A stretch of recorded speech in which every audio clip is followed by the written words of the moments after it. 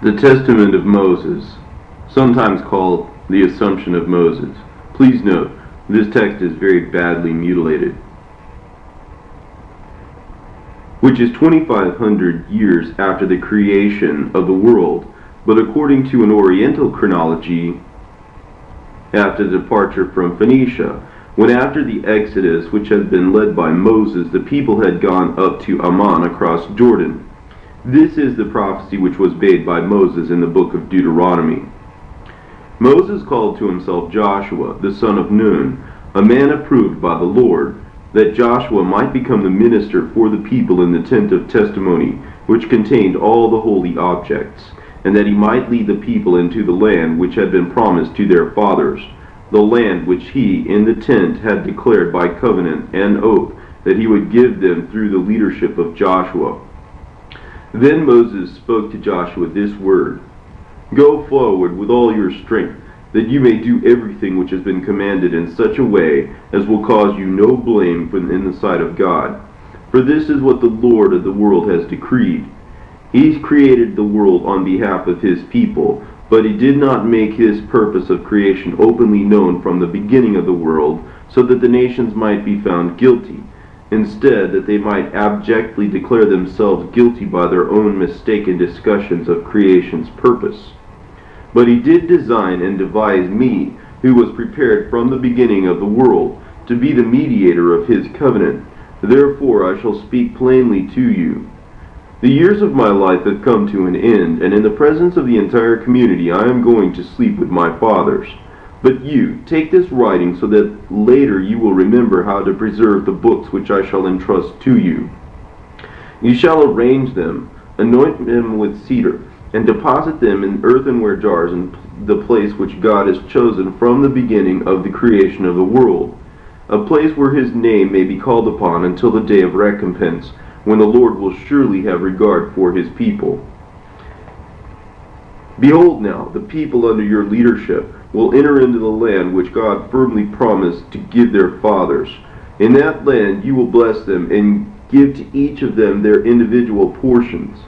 Further, you shall firmly establish a kingdom for them, and with discernment and justice you shall appoint local magistrates in accordance with the will of the Lord. Then some years after they shall have entered their land, they shall be ruled by leaders and princes for 18 years. But during a period of 19 years, the 10 tribes will separate themselves. During the first mentioned time, the 12 tribes will move the tent of testimony to the place where God, the God of heaven, will build a place for his sanctuary. The 2 holy tribes will be settled there, but the 10 tribes will establish for themselves their own kingdom, with its own ordinances. The 2 tribes will offer sacrifices in the chosen place for 20 years. 7 will build strongly the walls, and I will protect 9. 4, however, will violate the covenant of the Lord and defile the oath which the Lord made with him. They will offer their sons to foreign gods and will set up idols in the temple, that they may worship them. Yes, even in the house of the Lord they will perpetrate idolatry and carve images of all sorts of animals. There will come in those days a king against them from the east, and his cavalry will overrun their land, and with fire he will burn their city, with the holy temple of the Lord, and he will carry off all the holy vessels, and will exile all the people, and will lead them to his own land. Yea, the 2 tribes he will take with him. Then, considering themselves like a lioness in a dusty plain, hungry and parched, the 2 tribes will call upon the 10 tribes, and shall declare loudly, Just and holy is the Lord. For just as you sinned, likewise we, with our little ones, we have been led out with you. Then, hearing the reproachful words of the 2 tribes, the 10 tribes will lament and will say, What shall we with you do, brothers? Has not this tribulation come upon the whole house of Israel? And then all the tribes will lament, crying out to heaven, saying, God of Abraham, God of Isaac, and God of Jacob, remember your covenant which you made with them, and the oath which you swore to them by yourself, that their seed would never fail from the land which you had given them. Then in that day they will remember me, saying from tribe to tribe, even each man to his neighbor, Is this not that which was made known to us in the prophecies by Moses, who suffered many things in Egypt, and at the Red Sea, and in the wilderness for 40 years, when he solemnly called heaven and earth to witness against us that we should not transgress God's commandments, of which he had become the mediator for us? These things which have come upon us since that time are according to his admonition, declared to us at that time. And those words have been confirmed even to our being led as captives, and in the land of the east. And they will be as slaves for about 77 years. Then one who is over them will come upon the scene, and he will stretch forth his hands, and bow his knees and pray for them, saying, Lord of all, King of the lofty throne, you who rules the world, who has willed that his people be for you a chosen people, yea, who has willed to be called their God according to the covenant which you made with their fathers. Yet they with their wives and children have gone as captives into a foreign land, surrounded by the gates of strangers, where there is a great majesty. Have regard for them, and have compassion for them, O heavenly Lord. Then God will remember them because of the covenant which he made with their fathers, and he will openly show his compassion. And in those times he will inspire a king to have pity on them and send them home to their own land. Then some parts of the tribes will arise and come to their appointed place, and they will strongly build its walls. Now the two tribes will remain steadfast in their former faith, sorrowful and sighing because they will not be able to offer sacrifices to the Lord of their fathers. But the 10 tribes will grow and spread out among the nations during the time of their captivity. And when the times of exposure come near and punishment arises through kings, who, though sharing their crimes, yet punish them, then they themselves will be divided as to the truth. Consequently, the word was fulfilled that they will avoid justice and approach iniquity, and they will pollute the house of their worship with the customs of the nations, and they will play the harlot after foreign gods, for they will not follow the truth of God. But certain of them will pollute the high altar by the offerings which they place before the Lord. They are not truly priests at all, but slaves, yea, sons of slaves. For those who are the leaders, their teachers, in those times will become admirers of avaricious persons, accepting polluted offerings, and they will sell justice by accepting bribes. And therefore their city and the full extent of their dwelling places will be filled with crimes and iniquities. For they will have in their midst judges who will act with impiety toward the Lord, and will judge as they please. Then powerful kings will rise over them, and they will be called priests of the Most High God. They will perform great impiety in the Holy of Holies, and a wanton king who will not be of a priestly family will follow them. He will be a man rash and perverse, and he will judge them as they deserve. He will shatter their leaders with the sword, and he will exterminate them in secret places, so that no one will know where their bodies are. He will kill both old and young, showing mercy to none. Then fear of him will be heaped upon them in their land, and for 34 years he will impose judgments upon them as did the Egyptians, and he will punish them, and he will beget heirs who will reign after him for shorter periods of time. After his death there will come into their land a powerful king of the west, who will subdue them, and he will take away captives, and a part of their temple he will burn with fire. He will crucify some of them around their city. When this takes place, the times will quickly come to an end. Then will rule destructive and godless men, who represent themselves as being righteous, but who will in fact arouse their inner wrath, for they will be deceitful men, pleasing only themselves, false in every way imaginable, such as loving feasts at any hour of the day, devouring, gluttonous. But really they consume the goods of the poor, saying their acts are according to justice, while in fact they are simply exterminators, deceitfully seeking to conceal themselves, so that they will not be known as completely godless because of their criminal deeds committed all the day long, saying, "We shall have feasts, even luxurious winings and dinings. Indeed, we shall behave ourselves as princes." They, with hand and mind, will touch impure things, yet their mouths will speak enormous things, and they will say, "Do not touch me, lest you pollute me in the position I occupy." And there will come upon them punishment and wrath such as never happened to them from the creation till that time when he stirs up against them a king of the kings of the earth, who, having supreme authority, will crucify those who confess their circumcision. Even those who deny it he will torture, and hand them over to be led to prison in chains, and their wives will be given to the gods of the nations, and their young sons will be cut by physicians to bring forward their foreskins. Still others among them will be punished by torture, both by fire and sword, and they will be compelled to bear publicly as burdens idols which are polluted, just as those who revere them are polluted. Likewise, they will be compelled by their torturers to enter into their secret place, where they will be compelled to blaspheme outrageously the word, and finally to blaspheme both their laws and what they had placed upon their own altar. Then, even as he was speaking, there will be a man from the tribe of Levi, whose name is Taxo. He, having 7 sons, will speak earnestly to them. See, my sons, behold, a second punishment has befallen the people, cruel, impure, going beyond all bounds of mercy, even exceeding the former one.